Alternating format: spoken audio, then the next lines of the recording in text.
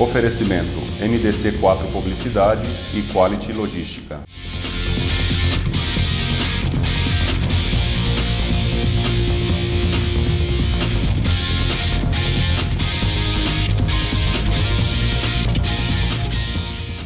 Sejam bem-vindos a mais um programa Logística em Foco. Hoje nós vamos falar para vocês sobre direito do trabalho. Nós estamos aqui com o Dr. Alexandre Seco, que é sócio do escritório Seco Marquezin Mafia. Alexandre, obrigado por ter aceito o nosso convite. Obrigado você, Anderson, pela oportunidade.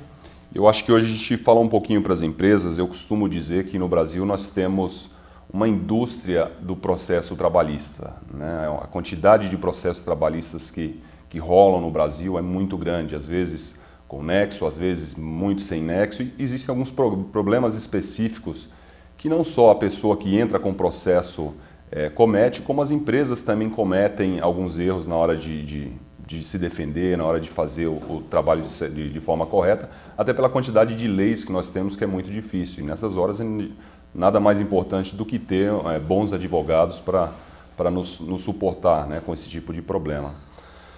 Alexandre, primeiro fala um pouquinho sobre você, se apresente aí, fale sobre a sua história, sobre o que você faz. Claro.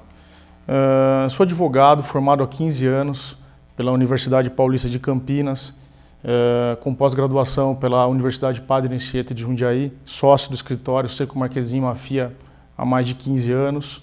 Um escritório que atua na área do direito empresarial em si. Dentro da área do direito empresarial, nós atendemos empresas dos diversos setores da economia, atuamos em diversas áreas do direito, dentre elas o direito do trabalho, que é a área que a gente vai conversar um pouquinho aqui hoje, Anderson. E não tem nenhuma distinção, né, de empresas. Quando você fala de direito do trabalho, você pode trabalhar com qualquer tipo de empresa em qualquer segmento no Brasil. Correto, independente. Aliás, é necessário para qualquer segmento. Até porque a legislação trabalhista é uma só. É uma só. Eu queria começar para a gente falar um pouquinho, quais são os principais erros aí, eu não sei se essa é a melhor palavra, né, mas quais são os principais erros das empresas, né, até por esse acionamento. Às vezes o funcionário entra aí com uma ação solicitando algo que ele acha que não foi correto e a empresa, o que mais acontece aí na sua experiência? Certo. Eu sei que isso pode não ser uma regra, né? Mas para você pode ser uma coisa até pela característica das empresas que vocês trabalham, e um outro escritório pode ser diferente, né? Mas na sua experiência, o que mais acontece? Anderson, a gente, né, no direito a gente sempre brinca, né? Assim, a gente sempre usa a expressão depende, né? Nesse caso realmente depende de caso a caso. O que consigo vislumbrar nesse tocante é o fato de que a empresa ela é punida por descumprir legislação trabalhista, ela é punida por descumprir ou, na verdade, desrespeitar o direito do trabalhador previsto na CLT. E por que isso acontece, Anderson? Isso acontece justamente por falta de conhecimento, pela má informação. Normalmente, pequenas empresas, né, percebo que estão mal assessoradas, na verdade praticam atos rotineiros do dia a dia, acreditando que estão pautados na legislação, quando na verdade não estão. Ele erra sem saber que está errando. Ele erra sem saber que está errando, normalmente por uma consulta via internet, por uma consulta a uma pessoa que não é especialista na área, né? Isso acaba levando o empresário a praticar ato que ele acredita fielmente que está correto, quando na verdade não está. Exemplos, Anderson, né? Uma anotação num cartão de ponto de maneira inadequada, um lançamento de hora extraordinária errada, uma compensação de turno de trabalho sem o documento cabível nesse tocante, falta de entrega de equipamento de proteção individual ou a entrega desse equipamento de proteção individual sem o certificado necessário, medidas de segurança necessárias, trabalhos idênticos com salários diferentes. Então, vários são os fatos que podem levar à demanda judicial. Então, por isso, como eu disse no início, né, uma pergunta muito ampla, depende de caso a caso. Mas, de maneira geral, é a falta de conhecimento, a falta de uma assessoria adequada. Você falou até com empresas pequenas, eu conheço muitos empresários, às vezes a empresa pequena ele não tem uma assessoria jurídica, ele só busca assessoria jurídica quando acontece um problema, né? Exatamente, Anderson. Isso é um conceito que deveria mudar. O papel do advogado, ele não está presente tão e somente para a demanda judicial, o processo trabalhista em si. Não só quando tem um problema, exatamente. Né? O papel do advogado começa muito antes. Né, que é o chamado preventivo e o consultivo da empresa. Né? Essas duas medidas, né, fazem com que a empresa adote os procedimentos adequados, evitando a demanda judicial. E, se porventura a demanda judicial acontecer, certamente ela vai estar preparada para suportar o ônus do processo. Você já se preparou, né? Você teve um tempo para se preparar. Eu vejo que muitas empresas é assim mesmo. Chegou, você tem ali 2 ou 3 dias para se preparar. Exato. Mas nos 2 ou 3 dias ele ainda tem que buscar um advogado, às vezes uma pessoa que ele não conhece. Exatamente. E acaba, acho que é um relacionamento muito frio, muito rápido. Exatamente. E aí que acaba perdendo. Né? E isso acaba voltando e criando, na verdade, né, uma ótica negativa da justiça do trabalho, quando, na verdade, essa ótica ela é mística. No passado se falava muito, né? E até acho que uma pergunta, eu sempre ouvi muito, né, que a justiça sempre esteve a favor do trabalhador.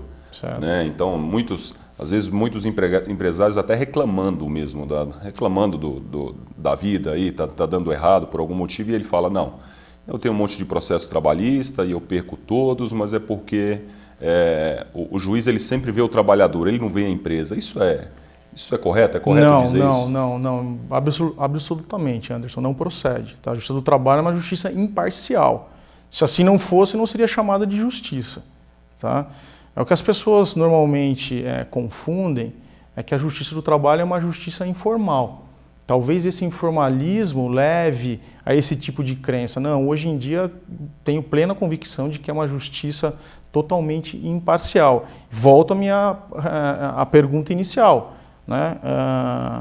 A falta de preparo, né? Porque realmente ele acredita que está fazendo ou praticando, seguindo a legislação de maneira adequada, frustra, né? No momento de uma eventual sentença condenatória. Tá? Isso é um conjunto de fatores, na verdade, Anderson. Não, mas não, a justiça do trabalho é uma justiça imparcial. Você estando preparada, né? Você estando preparado, na verdade, para documentalmente e, enfim, assessorado por um profissional competente, certamente você vai conseguir atingir esse objetivo. Eu acho que a gente até falou um pouquinho sobre isso, mas eu vou fazer a pergunta. O que fazer para consertar esses erros? Né? Então, as empresas que praticam, de certa forma, que erram, né, nesse sentido, o que você acha que é necessário fazer? Elas devem procurar um especialista. Né? Devem procurar um advogado especialista naquela área, né, em que ela tenha dificuldade. Hoje, aqui, né, no direito do trabalho, deve buscar um escritório de advocacia que possa corresponder e atender a essa necessidade. Que o escritório de advocacia ele vai trabalhar diretamente com o RH dessa empresa, né, para que juntos eles possam tomar as medidas necessárias e seguir adiante. Uma pergunta técnica, uma pessoa que é especialista em direito criminal, ele pode, porventura, defender um processo trabalhista? Pode, não há restrição, basta que ele seja inscrito no quadro da Ordem dos Advogados do Brasil, ele pode atuar, sem sombra de dúvidas, não há impedimento algum. Mas entra muito naquilo que a gente falou, né, da especialidade. Na verdade, isso é igual, acho que o pedreiro, né? Você contrata um pedreiro para fazer a sua casa e pergunta para ele, você faz o quê? Ele fala, não, eu faço tudo, faço hidráulica, elétrica, Exato. Eu subo a casa, isso. Ar-condicionado, né? A gente sabe que às vezes quem faz tudo não faz nada, até pela quantidade de informação, a quantidade de preparação que você precisa. Não né? tenha dúvida, Anderson. Tô certo na minha... É o chamado clínico geral. Sim. Não é? Então, quando você está com uma dor específica, você procura um especialista, não é verdade? É o mesmo conselho, né? Eu sugiro aqui, quando você tem um problema específico, que procure um advogado especialista nessa área. Uma empresa, por exemplo, uma pessoa solicitou a empresa e falou, olha, eu nunca recebi horas extras, eu não tive EPI, eu não tive... E muitas vezes a gente sabe, infelizmente, né? E no Brasil, são muitas solicitações que não são devidas, que não são corretas, né?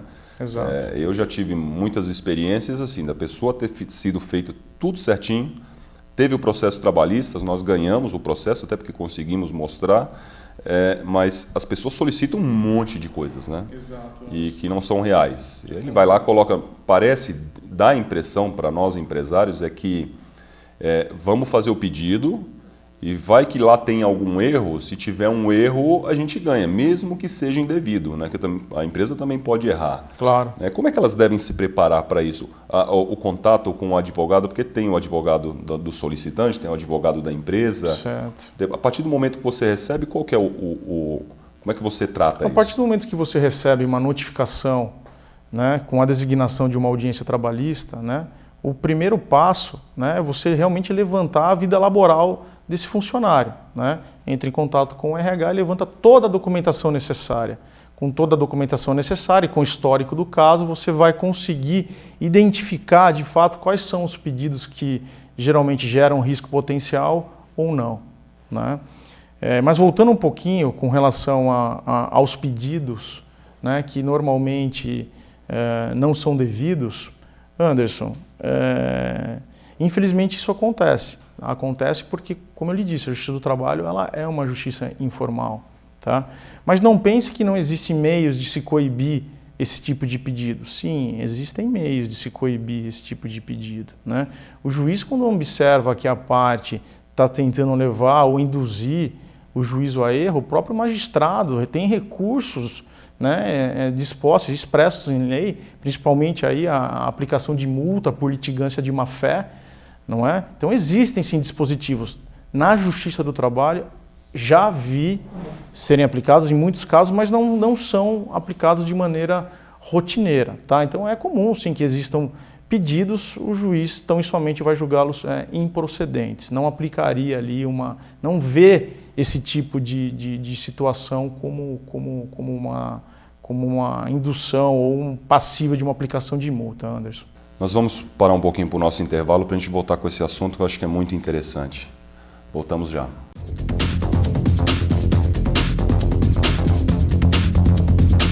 Não perca esta grande oportunidade de gerar negócios. Confira os maiores eventos que serão realizados em 2016 pela Adelson Eventos. De 21 a 24 de julho, 13ª FEICAD, Feira do Imóvel, Construção, Condomínios, Arquitetura e Decoração. De 18 a 21 de agosto, Feira de Noivas e Festas de Jundiaí e Região, Beleza, Estética, Show Hair. De 16 a 18 de setembro, Feira Educando, escolas, faculdades, universidades, serviços e produtos para a educação. De 26 a 28 de outubro, 6ª edição Brasil Log, Feira Internacional de Logística. Reserve já o seu estande, diretoria@adelsoneventos.com.br 7750-2060. Realização e organização, Adelson Eventos.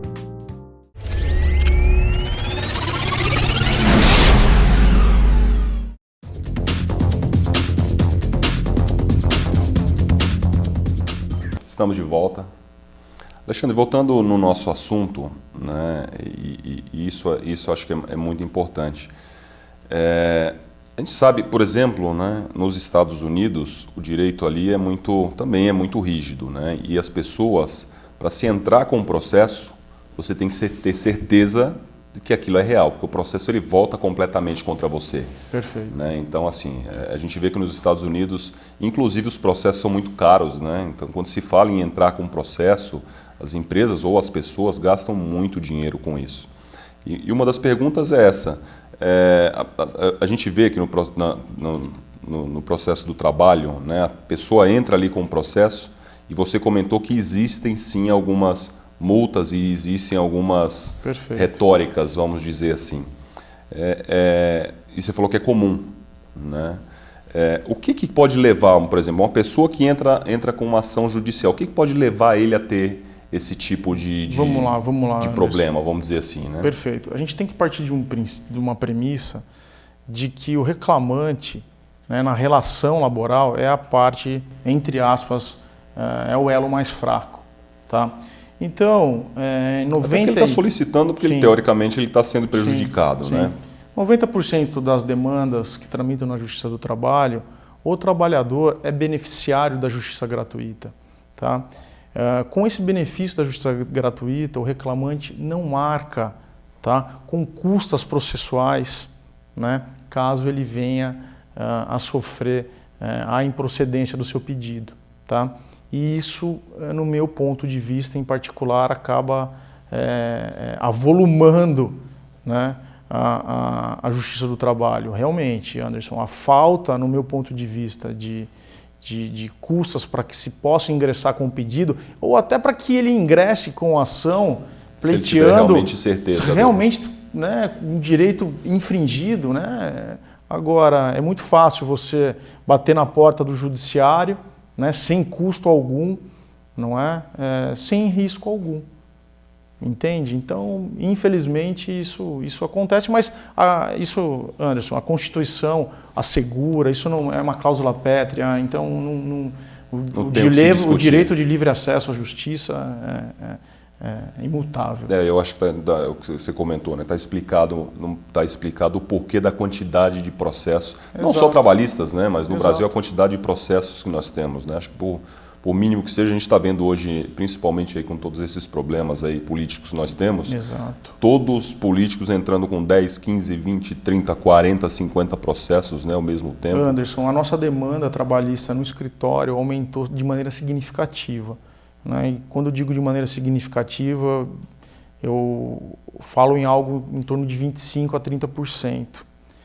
A crise econômica certamente contribuiu para esse aumento da demanda trabalhista, porque o empregado, quando é dispensado e não consegue recolocação, certamente ele vai criar e vai tentar, né, entender se ele foi ou não, né, sofreu ou não algum tipo de prejuízo, e certamente ele vai ingressar com a demanda judicial. Demanda essa, Anderson, que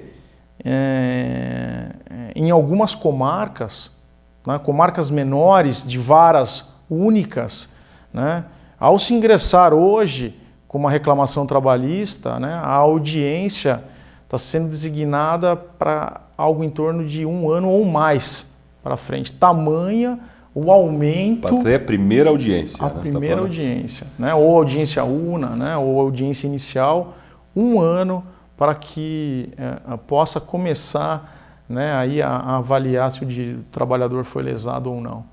A gente pode falar que existe um prazo médio por exemplo, de um processo a partir do momento que ele inicia. Certo. A partir do momento que você tem a primeira audiência. É comum se ter um prazo médio aí de... É difícil prever, Anderson. É muito Isso vai depender difícil. muito da demanda também. Não, depende muito de cada vara. Depende muito da sistemática da comarca, da vara e do juiz que está analisando. Tá? Então veja que o trabalho é feito em várias mãos, é impossível se prever. Não tem uma regra que tem que ter um tempo específico. Não há uma regra. Tá? Existem processos que não dependem de produção de prova testemunhal ou prova pericial, né, que é a chamada matéria de direito. Esses processos acontecem a primeira audiência, não existindo a composição, certamente o juiz vai chamar o processo à conclusão para proferir a sentença. Processos que dependem tão somente de produção de prova testemunhal, na audiência de instrução, né, ou se produzem as provas testemunhais, encerra-se a instrução, o juiz profere a sentença na sequência. Agora, processos que dependem de produção de prova pericial, seja ela a técnica de engenharia por uma insalubridade ou periculosidade, ou uma perícia médica para se constatar eventual doença ocupacional, Anderson, também... Aí a justiça depende de um terceiro. Depende de um profissional técnico, que é o perito, que é o homem de confiança do juízo. Né? As perícias também, Anderson, estão demorando, porque como a parte ela é beneficiária da justiça gratuita, né, esse profissional técnico também recebe ao final. Compreende? Embora a empresa faça o pagamento de um honorário, um depósito prévio de honorários para custear, né, a despesa do profissional, esse profissional também vai receber pelo convênio existente, né, entre o tribunal e o órgão de classe dele. Então, Anderson, existindo esse tipo de produção de prova, o processo se arrasta ainda mais. Então podemos dizer que ele pode durar um mês ou pode durar mais de um ano? Com certeza, Tranquilamente. com certeza. E não podemos esquecer, né? E isso a gente está falando tão e somente na chamada primeira instância, né? Lembrando que Ele pode chegar até Brasília, inclusive. com a prolação da sentença, a parte pode recorrer para um dos tribunais regionais, né? E posteriormente pode recorrer ainda através do recurso de revista ao TST, né? Então nós temos aí ainda, além desse trâmite natural, os recursos. Mas, Anderson, a Justiça do Trabalho é uma justiça célere, tá? É uma justiça comparada com a Justiça Civil, né? A quantidade de recursos cabíveis é menor. É menor. É bem menor. Então, a tendência é que o processo trabalhista caminhe de maneira mais rápida. Mas, para você ter exemplo, eu tenho processo de mais de 12 anos no meu escritório. Falar sobre um assunto agora até um pouquinho voltado à logística, né, que é uma dúvida de muitas empresas, a gente se depara com isso a todo momento. Cooperativa, né? Eu conheço empresas, até multinacionais, indústrias que contrataram cooperativas e tiveram um processo trabalhista coletivo gigante, tiveram que pagar multas muito grandes. Vejo que tem empresas hoje ainda trabalhando com cooperativas. A pergunta é, cooperativa é um modo legal de trabalho? Por exemplo, vamos falar de logística, a gente tem as cooperativas de carregamento, as cooperativas que fazem movimentação de mercadoria. Baixou muito, mas existem ainda algumas cooperativas no mercado. Perfeito. Isso é um trabalho legal? A lei diz que sim, né? Existe dispositivo, né, que permite, né, a constituição da cooperativa nessa modalidade de trabalho. Embora, né, no caso específico de carregamento, Anderson, né, exista também lei expressa que determine que esses trabalhadores sejam contratados através de... tenham um contrato de trabalho. Tá? Através da CLT. Mas também não há uma proibição expressa. O grande problema da cooperativa, Anderson, e que infelizmente, né, se banalizou, no meu ponto de vista, o Instituto, né, é a constituição da cooperativa tão e somente com a finalidade de fraudar o direito do trabalhador. É aquela cooperativa que é constituída, né, com a finalidade única de não recolhimento de encargo previdenciário e de não pagamento de verba trabalhista, para que ele possa ser, entre aspas, competitivo, né? Exemplo, uma empresa de logística, como uma empresa de logística pode competir de igual para igual com uma cooperativa? Certamente não pode, não é? Porque a cooperativa... Pelos benefícios que ele tem. Exatamente. A empresa terceirizada, no caso, a empresa de logística, recolhe todo e qualquer imposto necessário à sua atividade fim, ao contrário da empresa da cooperativa. Então, por isso a gente tem que entender realmente, Anderson, qual a finalidade, se realmente foram agrupados seguindo o ordenamento jurídico. Agora, Anderson, volto a dizer, ela se banalizou, né? Mas os juízes e principalmente o Ministério Público do Trabalho, ele ingressou, já percebendo isso, né, tomaram medidas eficazes com multas severas que ultrapassam casa de milhões, né, justamente percebendo o intuito da fraude, certamente é combatido. Os juízes não olham, muito menos o Ministério Público do Trabalho, com bons olhos, Anderson. Com relação a uma empresa de advocacia, quais são o que você pode falar? O que eles têm que tomar cuidado para contratar uma empresa? Não, na verdade, a busca, né, a um escritório de advocacia, Anderson, deve estar diretamente ligada ao quadro societário dessa empresa, né? Quem são os sócios realmente de fato, né, que atuam em prol dessa sociedade, quais são os principais clientes desse escritório, né, qual o trabalho que ela desenvolveu na sociedade, né, verificar se não há nenhum impedimento, né, da sociedade, dos profissionais junto à OAB. Basta lhe fazer uma consulta através do site nacional da OAB, ele consegue facilmente procurar através do nome do profissional, se esse profissional está devidamente regularizado, inscrito, né, no órgão que ele possa praticar, né, ou na verdade exercer a atividade, né. Mas né, na nossa profissão, a indicação sempre ela é um fator caminho, relevante. sim, sem dúvida, né? Porque o bom papel e o desempenho, né, acaba realmente trazendo muitos mais clientes, Anderson. Legal, Alexandre. Nosso tempo, infelizmente, está acabando. Né? Eu Pena. gostaria... acho que tinha bastante perguntas ainda para fazer. Acho que numa próxima a gente pode dar continuidade. Voltaremos. Eu queria primeiro te agradecer. Eu queria que você passasse o telefone da sua empresa. O telefone do nosso escritório é o 4522-0559, DDD 11.